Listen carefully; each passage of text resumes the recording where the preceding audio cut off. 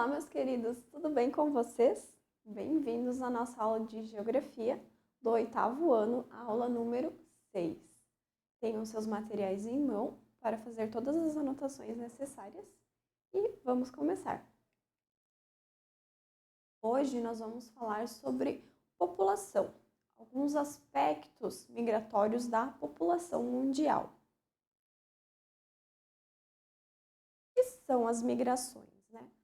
A população mundial ela é marcada por uma diversidade tanto religiosa quanto étnica, de origem, linguística, todo mundo fala línguas diferentes, existem algumas mais ou menos faladas, diversidade econômica, alguns povos eles têm mais condições que outros, algumas nações são um pouco mais desenvolvidas que outras, política, algumas nações elas adotam um sistema político, outras adotam outros, então é uma diversidade em todos esses sentidos.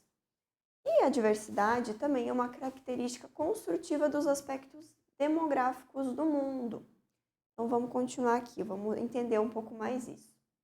Essa diversidade ela tem relações com os movimentos migratórios, que marcam a história de todos os povos mundiais e de todas as nações. Desde lá da pré-história, do nosso início como civilização, ocorrem essas migrações, por variadas razões, A gente busca melhores condições de vida, melhores condições econômicas, para fugir também de conflitos, de guerras. Lá no fim do século XIX e início do século XX, muitos europeus, eles emigraram, eles saíram do seu continente e foram em grande parte para as Américas, Eles vieram aqui para essa região das Américas.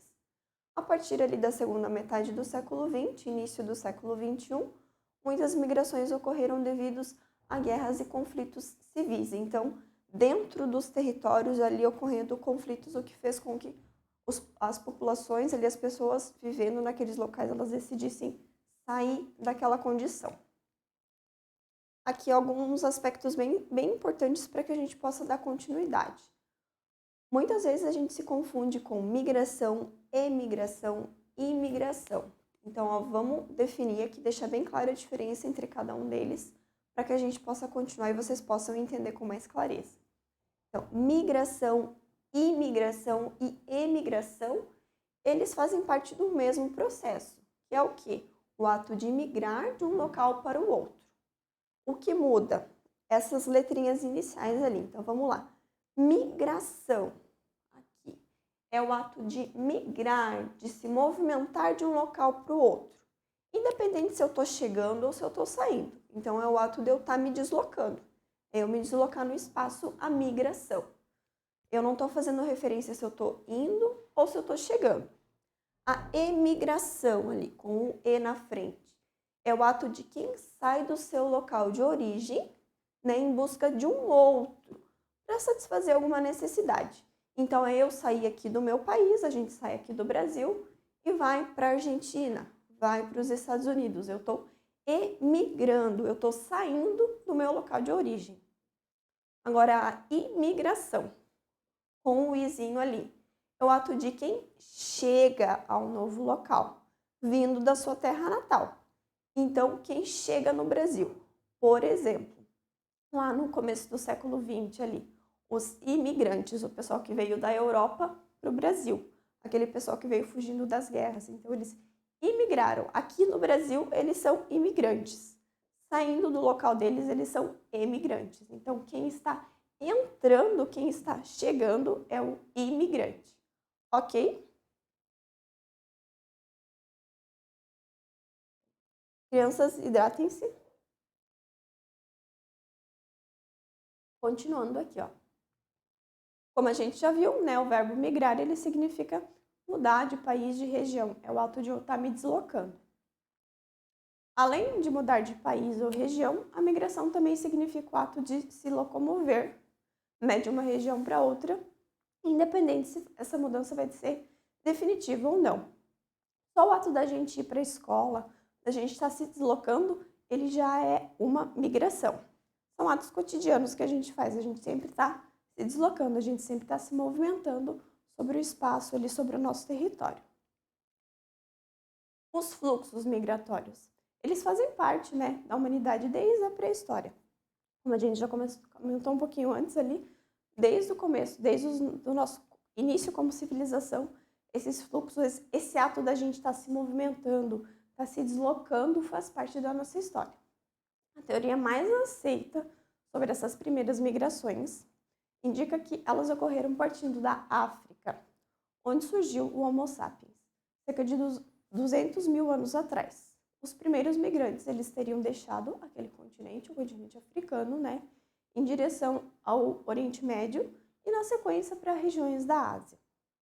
Aqui na América, agora vamos dar uma olhadinha aqui no mapa. Ó. O povoamento da América aconteceu através das migrações de nômades asiáticos, né, que cruzaram os continentes através do Estreito de Bering, aqui, né? Segundo, essa é a teoria mais aceita, né? Se acredita que condições climáticas e a busca por alimento seriam esse motivo desse fluxo migratório. Então, aqui, ó, eles partiram principalmente da África, né, ó, e foram se espalhando no Oriente Médio, aí depois aqui pelo Estreito de Bering. Eles cruzaram e chegaram aqui até as Américas. Então, a teoria mais aceita da povoação do nosso planeta seria essa, partindo da África, se deslocando e atravessando todo o mundo. Ali entre os séculos 16 e 19, grande parte dos fluxos migratórios eles ocorreram no contexto do colonialismo. Então, só relembrando o que foi o colonialismo, foi os países europeus eles colonizarem, né, todos os demais locais do mundo. Assim. Eles iam descobrindo, né, existiam as grandes navegações, iam descobrindo novas terras e iam colonizando. Então, os fluxos migratórios estavam ligados a essa questão do colonialismo, a expansão, a exploração do território, né? Depois da Segunda Guerra Mundial, o fluxo migratório ele acabou se invertendo. A Europa se tornou um dos principais destinos de imigrantes. Aqui, imigrantes é no sentido de sair, tá? Então, desconsiderem esse emigrantes. Então, por quê? Porque os europeus estavam saindo do continente europeu e eles estavam principalmente vindo aqui para as Américas. Então, aqui é imigrantes, tá? No sentido dos europeus estarem saindo de lá. As pessoas, elas se movimentam por várias razões. Com isso, existem movimentos migratórios que podem acontecer instantaneamente ou de uma forma mais longa. Então, o período de tempo aqui ele pode variar. Quais são essas possíveis causas desses movimentos migratórios? A primeira delas é o turismo, né? A gente vai, se desloca de um local para outro para conhecer, para visitar, né? A gente vai para a praia, para o interior, independente do local que a gente vai, a gente está se deslocando a passeio.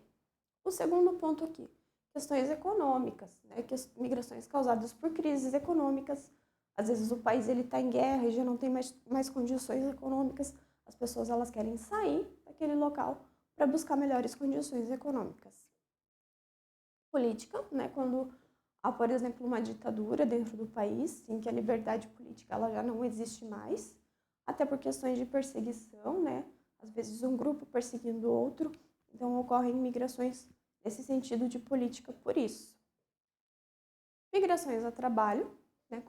É uma das mais comuns, quando as pessoas elas saem, né, do seu local de origem e vão em busca de uma nova oportunidade, ou em outra cidade, outro estado, outro país, né? Ali nos anos 90, era muito comum essa emigração de brasileiros para os Estados Unidos, em busca de melhores condições econômicas, né? Trabalho em geral. A outra, né, causas naturais, desastres naturais, às vezes aqui já não é tão comum, né, mas questões ali de vulcões, por exemplo, entrarem em erupção. Aqui na nossa região, ali no Alto Vale, ali Vale do Itajaí, às vezes as enchentes, os deslizamentos. Então, as pessoas elas querem sair daquele local porque ele acaba se tornando perigoso. O êxodo rural, quando a população do campo se desloca para a cidade. Então, também em busca de melhores condições econômicas de trabalho, até questões educacionais, né, para poder estudar um pouco mais. Então, o êxodo rural é sair do campo e ir em direção à cidade. Agora, os tipos de migração. Aqui a gente viu as causas, as principais causas. Agora a gente vai ver os tipos de migração.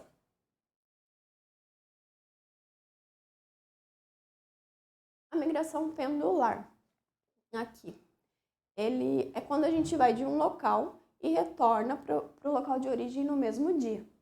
Então, por exemplo, quem mora aqui em São Bento trabalha em Rio Negrinho, então se desloca, faz esse deslocamento até Rio Negrinho, mas ao final do dia volta para São Bento de novo. Então, essa é a migração pendular. Eu ir e voltar.